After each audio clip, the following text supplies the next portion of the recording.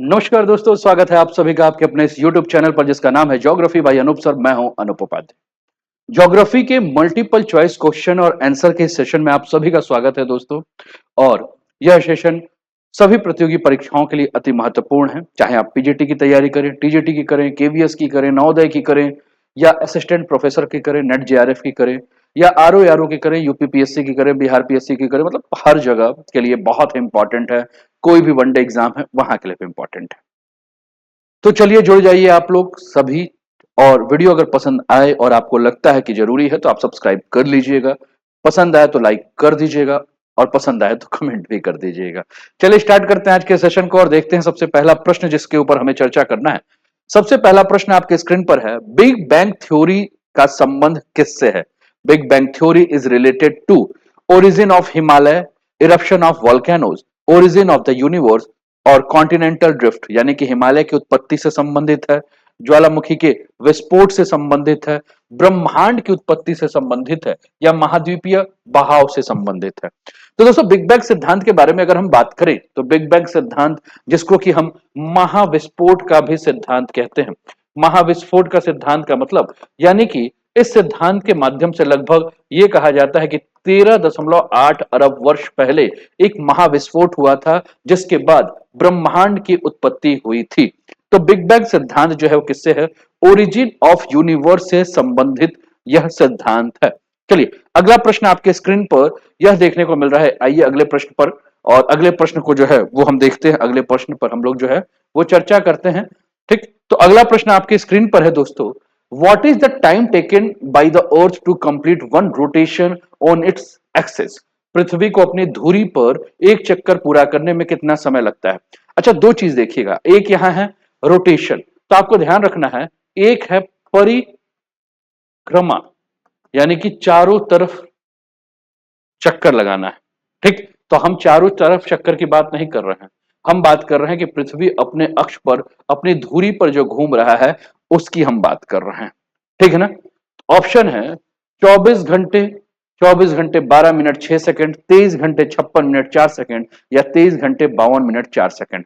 तो दोस्तों 23 घंटे 56 मिनट और 4 सेकंड जो है वो बिल्कुल सही उत्तर है, क्योंकि इतना ही समय जो है वो किसको लगता है? पृथ्वी को अपने अक्ष पर घूर्ण करने में लगता है। ठीक, अगला प्रश्न है, बृहस्पति का द्रव्यमान लगभग कितना है? बृहस्पति का द्रव्यमान आपसे पूछा गया है कि बृहस्पति का द्रव्यमान कितना है। The mass of Jupiter is approx 100 of the solar mass, half of the solar mass, 1000 of the solar mass, 1/10 of the solar मास। आपको बताना है कि राइट आंसर क्या है।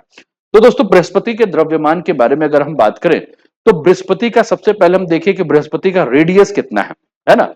रेडियस यानी कि हिंदी में अगर हम बात करें तो बृहस्पति का त्रिज्या कितना है? तो बृहस्पति के त्रिज्या के बारे में अगर हम बात कर रहे हैं तो हम जानते हैं कि हमारे सोलर सिस्टम का, हमारे सौरमंडल का सबसे बड़ा अगर कोई ग्रह है तो वो है बृहस्पति। तो हम तुलना किसके संदर्भ में करेंगे? हम तुलना करेंगे सन के यानी कि सूर्य के संबंध में हम जुपिटर यानी कि बृहस्पति की तुलना करेंगे। और सूर्य के संदर्भ में अगर हम तुलना करेंगे तो 1/10वां भाग जो है वो इसकी त्रिज्या है, किसकी? बृहस्पति की। और इसका द्रव्यमान जो है वह सूर्य के द्रव्यमान का अगर हम बात करें तो 0.001 गुना जो है आपको देखने को मिलेगा। यानी कि बृहस्पति का द्रव्यमान की अगर हम बात कर रहे हैं तो सौर मंडल के अन्य सभी ग्रहों के संयुक्त द्रव्यमान का 2.5 गुना है। और इतना विशाल है कि सूर्य के साथ अगर हम बात करें तो इसका बेरी सेंटर सूर्य की सतह पर और ऊपरी सूर्य के केंद्र पर 1.68 सौर त्रिज्या स्थापित होता है। यानी कि कुल मिलाकर अगर हम बात करें तो सौर द्रव्यमान का 1000वां भाग जो है वो आपको राइट आंसर के रूप में जानना है। अगला प्रश्न है, इन विच सिचुएशन लूनर एक्लिप्स अकर? चंद्र ग्रहण किस स्थिति में होती है? पूर्णिमा के दिन, अमावस्या के दिन, इनमें से कोई नहीं, या अर्धचंद्र के दिन? किस दिन जो है वो हमें देखने को मिलता है? तो जो दोस्तों चंद्र ग्रहण आपको तभी देखने को मिलेगा, क्योंकि आप देखते हैं कि चंद्र ग्रहण में आप जैसे कि मान लीजिए कि ये चंद्रमा है, तो आप एक बार देखते हैं कि पूरा चंद्रमा गायब हो गया और धीरे धीरे धीरे धीरे धीरे धीरे आपको चंद्रमा का जो है ग्रहण जो है कम होता हुआ नजर आएगा। ठीक है, तो फिर आपको क्या देखने को मिलेगा? फुल मून देखने को मिलेगा। और फुल मून का मतलब है कि पूर्णिमा का दिन जो है वह राइट आंसर है लूनर एक्लिप्स, यानी कि चंद्र ग्रहण आपको किस दिन देखने को मिलेगा? पूर्णिमा के दिन देखने को मिलेगा। अगला है the astronauts looks the sky in the space. अंतरिक्ष यात्री अंतरिक्ष में जब आकाश को देखते हैं तो वो कौन से रंग का दिखता है? प्रश्न ये है, लाल, सफेद, काला और नीला। आपको बताना है कि राइट आंसर क्या है, ए, बी, सी या डी। तो दोस्तों जब अंतरिक्ष यात्री अंतरिक्ष में देखते हैं तो आसमान का रंग जो है वो क्या दिखता है? तो आसमान का रंग काला देखने को मिलता है। कारण क्या है? कारण है वायुमंडल की अनुपस्थिति, यानी कि वायुमंडल की अनुपस्थिति में जो सूर्य का किरण है, जो सूर्य का प्रकाश है, जो इंसोलेशन है, आगामी जो सूर्य के किरण हैं उनमें किसी भी प्रकार का टकराव नहीं होने के कारण क्या होता है? काला हमें देखने को मिलता है। ठीक, चलिए आगे बढ़ते हैं अगले प्रश्न पर। अगला प्रश्न आपके स्क्रीन पर यह है, which would you record the maximum angle of incidence of the sun ray at the north pole. उत्तरी ध्रुव पर सूर्य की किरणों के आपतन का अधिकतम कोण आप किस दिन दर्ज करेंगे? कब जो है वह सबसे अधिकतम कोण हमें देखने को मिलेगा? यह प्रश्न है आप लोगों के लिए। When the sun rays fall vertically on the Tropic of Cancer, जब सूर्य की किरणें कर्क रेखा पर लंबवत पड़ती है। दूसरा, when the sun rays fall vertically on the Tropic of Capricorn, जब सूर्य की किरणें मकर रेखा पर लंबवत पड़ती हैं। सितंबर 21 सितंबर को 21 मार्च। आपको बताना है कि राइट आंसर क्या है, ठीक है ना? तो कुल मिलाकर फिर से एक बार प्रश्न को अगर ध्यान से देखेंगे तो ये किसकी बात कर रहा है? नॉर्थ पोल की बात कर रहा है। तो नॉर्थ पोल का मतलब है कि कहीं ना कहीं आपके दिमाग में कर्क रेखा यानी कि ट्रॉपिक ऑफ कैंसर ही होना चाहिए, है ना? क्योंकि ट्रॉपिक ऑफ कैंसर यानी कि कर्क रेखा में कहां देखने को मिलता है? उत्तरी गोलार्ध में। तो उत्तरी गोलार्ध में जब सूर्य रहता है और सूर्य ट्रॉपिक ऑफ कैंसर यानी कि कर्क रेखा पर वर्टिकल या लंबवत रहता है, तो इस कंडीशन में हम क्या देखते हैं कि इस कंडीशन में आपतन कोण जो है वह हमें उत्तरी ध्रुव पर सबसे अधिक देखने को मिलेगा। ठीक है, समझ में आ रहा है सभी को? कमेंट करते रहिएगा आप सभी लोग, है ना? और इसमें हम डेली 15-15 प्रश्न जो है हम रिवाइज कर रहे हैं। अच्छा, सबसे अच्छी बात है इस सेशन को अगर आप ध्यान से देख रहे होंगे, इसकी प्लेलिस्ट भी बनी हुई है, तो आप देखेंगे कि टॉपिक वाइज है, कहीं से भी हमने प्रश्न नहीं उठाया है। टॉपिक वाइज आप एनसीईआरटी की बुक उठा लीजिए और एनसीईआरटी की बुक से भी अगर आप चैप्टर 1, चैप्टर 2, चैप्टर 3, चैप्टर 4 अगर आप देख रहे हैं तो टॉपिक वाइज आपको देखने को मिलेगा। चलिए अगले प्रश्न पे आते हैं। ये मैच द फॉलोइंग टाइप का क्वेश्चन है। लिस्ट वन और लिस्ट टू दिया हुआ है। अच्छा, लिस्ट वन लिस्ट टू कैसे आप समझेंगे? तो देखिए लिस्ट वन में इधर ए बी सी डी आपको देखने को मिल रहा है। ए, मैं यहां समझा दे रहा हूं, जैसे ये ए है ना, ये बी, ये इधर सी और इधर डी। ठीक, और लिस्ट टू में नंबरिंग दिख रहा है जैसे कि 1, 2, 3 और 4। सेम हिंदी में भी हम आ जाते हैं जिससे कि आपको समझना आसान हो जाएगा। ए, बी, सी और डी, और हिंदी में 1, 2, 3 और 4। चलिए अब प्रश्न को पढ़ते हैं। ठीक, एक तरफ आपको देखने को मिल रहा है कि विशेषताएं दी हुई हैं और दूसरा ग्रह का नाम। ठीक, तो आपको पकड़ना है। सौर मंडल का सबसे छोटा ग्रह कौन सा है? सौर मंडल का सबसे बड़ा ग्रह कौन सा है? सौर मंडल में सूर्य के बाद दूसरा ग्रह कौन सा है? और सौर मंडल में सूर्य के बाद तीसरा ग्रह कौन सा है? ये आपसे प्रश्न है।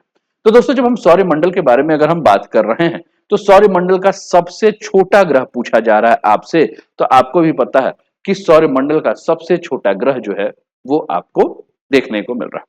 दूसरा, सौर मंडल का सबसे बड़ा ग्रह कौन सा है? तो आप सभी को पता है कि सौर मंडल का सबसे बड़ा ग्रह जो है वो बृहस्पति आपको देखने को मिल रहा है।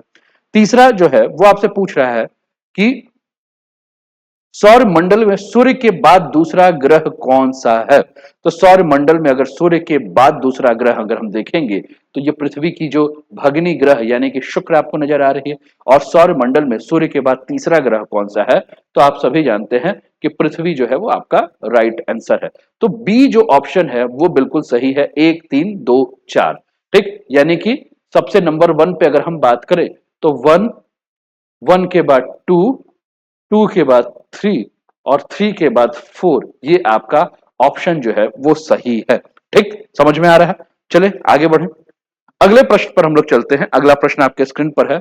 यह भी थोड़ा सा कथन कारक वाला प्रश्न है। कुछ डिटेल्स के प्रश्न भी पीजीटी के एग्जाम में पूछे जाते हैं, पीजीटी के एग्जाम में भी, नेट जीआरएफ में पूछे जाते हैं। तो इस प्रश्न को ध्यान से देखिए। निम्नलिखित दो कथनों पर विचार करें जिनमें से एक को अभिकथन और दूसरे को कारण कहा गया है। इन दोनों कथनों की सावधानी पूर्वक जांच करें और नीचे दिए गए कोड का उपयोग करके सही उत्तर चुनें। Consider the following two statements, one labeled as the assertion and other as a reason. Examine the two statements carefully and select the correct answer by using the code given below. The tidal effects of moon on surface of earth is less than that of sun. पृथ्वी की सतह पर चंद्रमा का ज्वारीय प्रभाव सूर्य की तुलना में कम है। दूसरा, moon gravitational pull at earth surface is less compare to sun gravitational pull. पृथ्वी पर की सतह पर चंद्रमा का गुरुत्वाकर्षण खिंचाव सूर्य के गुरुत्वाकर्षण खिंचाव की तुलना में कम है। आपको बताना है भैया कि इसमें राइट आंसर क्या है। ठीक, तो अगर आप बड़े ध्यान से देखेंगे तो ये दोनों के दोनों स्टेटमेंट जो है वो आपको सही देखने को मिल रहे हैं। पृथ्वी की सतह पर चंद्रमा का ज्वारीय प्रभाव सूर्य की तुलना में कम है क्योंकि पृथ्वी की सतह पर चंद्रमा का गुरुत्वाकर्षण खिंचाव सूर्य के गुरुत्वाकर्षण खिंचाव की तुलना में कम है। यानी कि ए और आर दोनों सत्य है और आर ए का सही स्पष्टीकरण जो है वो कर रहा है। चले आगे बढ़ते हैं, अगले प्रश्न पर आइए। अगले प्रश्न को ध्यान से देखते हैं फिर हम बात करते हैं। अगला प्रश्न है, अ black whole is a body in space which does not allow any type of radiation to come out. This property is due to black hole अंतरिक्ष में स्थित एक ऐसा पिंड है जो किसी भी प्रकार के विकिरण को बाहर नहीं आने देता है। यह क्यों होता है, कारण क्या है इसके पीछे, आपको बताना है। उच्च घनत्व high density, very low density, very large size और वेरी स्मॉल साइज, आपको बताना है कि राइट आंसर क्या है। तो दोस्तों इसकी डेंसिटी इतनी ज्यादा होती है, इतना इसका उच्च घनत्व होता है कि ब्लैक होल से गुजरने वाले हर चीजों को वो क्या करता है, अपने तरफ जो है वह खींच लेता है, इसलिए इससे बाहर जाने ही नहीं देता है। ठीक, क्लियर। आगे बढ़ते हैं अगले प्रश्न पर। अगला प्रश्न है, during the Venus transit the planet appeared as a tiny black circle moving on the sun. The black colour on the sun is because the black colour on the sun is because that planet, आपको बताना है। शुक्र पारगमन के दौरान ग्रह सूर्य पर घूमते हुए छोटे काले घेरे के रूप में दिखाई दिया है। ठीक है, वह काला कलर क्यों है ये आपको बताना है। राइट आंसर क्या है, ए बी सी या डी आपको बताना है। पहला है, सूर्य से आने वाले तेज किरणों के कारण वो अदृश्य था, अपने पारगमन के दौरान एक ब्लैक होल की तरह व्यवहार कर रहा था, काले रंग का था, या सूर्य से आने वाले सभी प्रकाश को वो रोक देता है। ठीक है ना।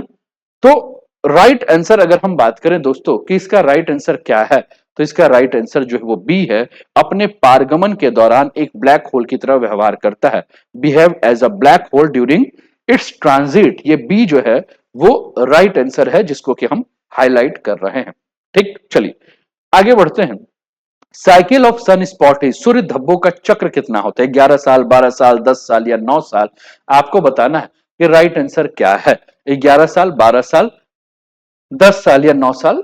तो दोस्तों सूर्य की सतह पर जो सन स्पॉट देखने को मिलता है यह चक्रीय तरीके से होता है और साल दर साल यह बदलता रहता है। तो चक्र की औसतन जो लंबाई मानी जाती है वो कितने साल मानी जाती है, 11 साल, 11 ईयर जो है वो मानी जाती है। तो ए जो है वो आपका राइट आंसर है।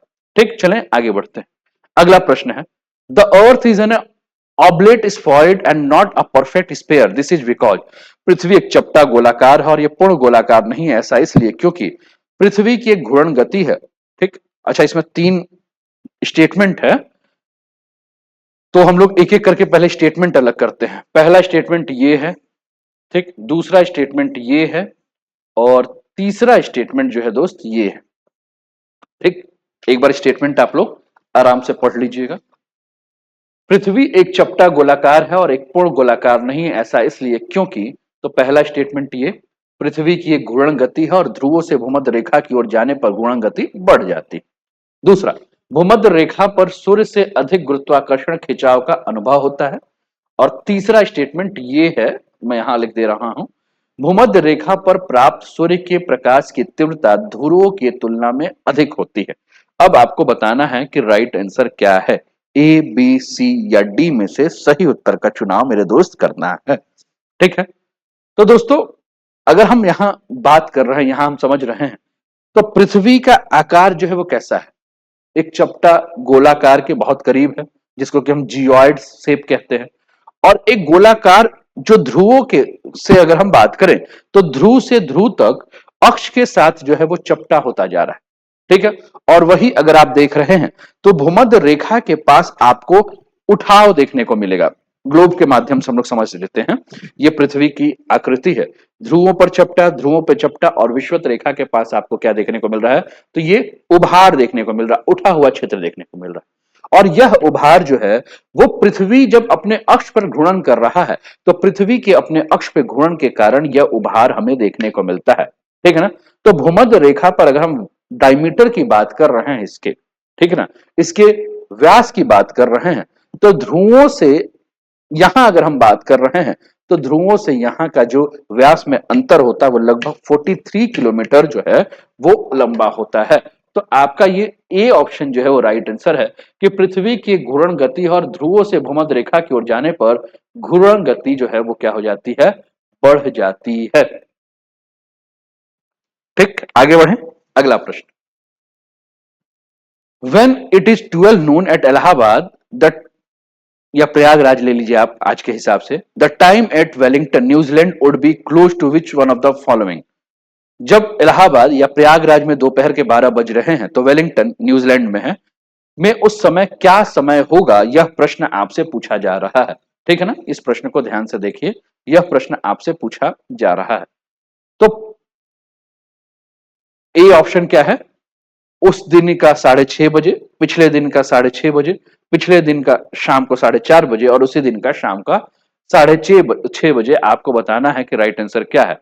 तो दोस्तों अगर इलाहाबाद में दोपहर के 12 बज रहे हैं, ठीक है ना, तो न्यूजीलैंड में अगर हम बात करें तो उसी दिन का शाम का 6:30 हमें देखने को मिलेगा। न्यूजीलैंड कहाँ है, ऑस्ट्रेलिया के पहले, ठीक है ना। तो हम जानते हैं कि जैसे जैसे आप, जैसे ये ग्रीनविच लाइन है, ठीक, ये जीरो, तो जैसे जैसे आप पूर्व की तरफ बढ़ेंगे टाइम आपका क्या होगा, प्लस होगा। तो मान लीजिए कि यहाँ आपका इलाहाबाद है और यहाँ ऑस्ट्रेलिया के पास न्यूजीलैंड है, तो इस समय जो है पॉजिटिव में ही रहेगा, ठीक है ना। तो ये आप देखिए, ठीक। चले आगे बढ़ते हैं। अगला प्रश्न है, पृथ्वी और चंद्रमा के बीच के स्थान को क्या कहते हैं। Space between earth and moon is known as, मतलब पृथ्वी और चंद्रमा के बीच में जो खाली स्थान होता है उसे क्या कहा जा रहा है, यही प्रश्न है। नेबुला, इनमें से कोई नहीं, फूला लूनर, या सिस लूनर। तो दोस्तों पृथ्वी और चंद्रमा के बीच का जो स्थान होता है इसे सिस लूनर के नाम से जाना जाता है। यह पृथ्वी और चंद्रमा के बीच का कक्षा को जो है वो संबोधित करता है, हम कह सकते हैं, या संबंधित है। सिस लूनर जो है वो आपका राइट आंसर है। अगला प्रश्न है, निम्नलिखित में से कौन सा पृथ्वी के आंतरिक भाग के बारे में जानकारी का प्रत्यक्ष स्रोत है। ठीक है, ए और बी करके ऑप्शन दिया हुआ है। अच्छा, A B C D 4 option है, तो पहले 4 ऑप्शन को बांट लेते हैं, ठीक है। सबसे पहला ऑप्शन है भूकंप की लहर, ठीक। दूसरा है ज्वालामुखी, तीसरा है गुरुत्वाकर्षण बल, और चौथा है पृथ्वी का चुंबकत्व, ठीक। तो सबसे पहला है अर्थक्वेक वेव, इंग्लिश में सही है। दूसरा है वोल्केनो, तीसरा है ग्रेविटेशनल फोर्स, और चौथा है अर्थ मैग्नेटिज्म। किसके माध्यम से पृथ्वी के आंतरिक संरचना को आप समझ सकते हैं, ठीक है ना। यह प्रश्न आपसे पूछा गया है कि किसके तो दोस्तों पृथ्वी के आंतरिक संरचना को समझने की बात हो रही है, तो भैया अर्थक्वेक वेव से और वोल्केनो से जो है आप इसको बहुत इजी वे में समझ सकते हैं। ग्रेविटेशनल फोर्स और अर्थ मैग्नेटिज्म से उतनी आसानी से अगर हम कहें तो नहीं समझ सकते हैं। यानी कि भूकंप के जो तरंगे हैं पृथ्वी के अंदर, है ना, जैसा सॉलिड लिक्विड का जो क्षेत्र होता है, तो उस तरह से जो है एस वेव्स, पी वेव्स, इस प्रकार से वेव्स हमें देखने को मिलते हैं, ठीक है। और ज्वालामुखी जब निकलता है तो ज्वालामुखी से जो निकलने वाला मैग्मा है, जो लावा है, तो उसके आधार पर हम ये समझ सकते हैं कि पृथ्वी के अंदर की आकृति जो है या उसके अंदर कहां क्या है, ये हमें पता चल जाता है। पृथ्वी अपने धुरी पर कितने डिग्री झुकी हुई है, यह प्रश्न है आपके स्क्रीन पर। आपको बताना है कि राइट आंसर क्या है। 24.5, 69, 66, तो 23.5 डिग्री। तो 23.5 डिग्री दोस्तों ये राइट आंसर है, ठीक है। पृथ्वी अपने अक्ष पर 23.5 डिग्री जो है वो झुकी हुई है। अगला प्रश्न है, सूर्य के सापेक्ष पृथ्वी को अपनी धुरी पर एक चक्कर पूरा करने में कितना समय लगता है, ठीक है। तो ये आज का अंतिम प्रश्न है जिस पर हम लोग चर्चा कर रहे हैं। ठीक, तो कुल मिलाकर अगर हम बात कर रहे हैं दोस्तों, तो 23 घंटे 56 मिनट का जो है वह समय लगता है। ठीक, 23 घंटे 56 मिनट का समय जो है वो लग रहा है। ठीक, अगला है, तारों के कारण होने वाली खगोलीय घटना कौन सी है? Which is a celestial phenomena occurring due to stars. कौन कौन सी खगोलीय घटना?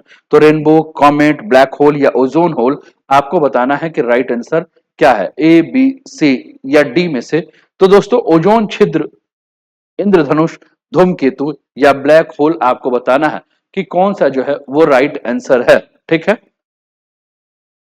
तारों के चलते होने वाली जो घटना है। ठीक, अगला प्रश्न है, which of the following are true with respect of fold mountains. ये फोल्ड माउंटेन पे अभी हम लोग नहीं चलते हैं। ठीक है, तो यहीं तक रहने देते हैं आज के सेशन को। कल ये वाले क्वेश्चंस को हम फिर उठा लेंगे। ठीक, तो अपना ध्यान रखिए। कैसा लगा आज का सेशन कमेंट के माध्यम से जरूर बताएं, और रोज शाम 7 बजे आप लोग को जुड़ जाना है। 15 प्रश्न हम लेंगे, उस पर डिस्कशन करेंगे, और ये प्रश्न आपके एनसीईआरटी के चैप्टर 1, चैप्टर 2, चैप्टर 3, चैप्टर 4 इस हिसाब से रहेंगे। तो पसंद आया हो तो इस प्रकार के जानकारी वाले वीडियो को प्राप्त करने के लिए चैनल को सब्सक्राइब कर दीजिए, अपने कमेंट करते रहिए, शेयर कर दीजिए और लाइक कर दीजिए। अपना ध्यान रखिए, स्वस्थ रहिए, मस्त रहिए, तंदुरुस्त रहिए। जय हिंद, जय भारत।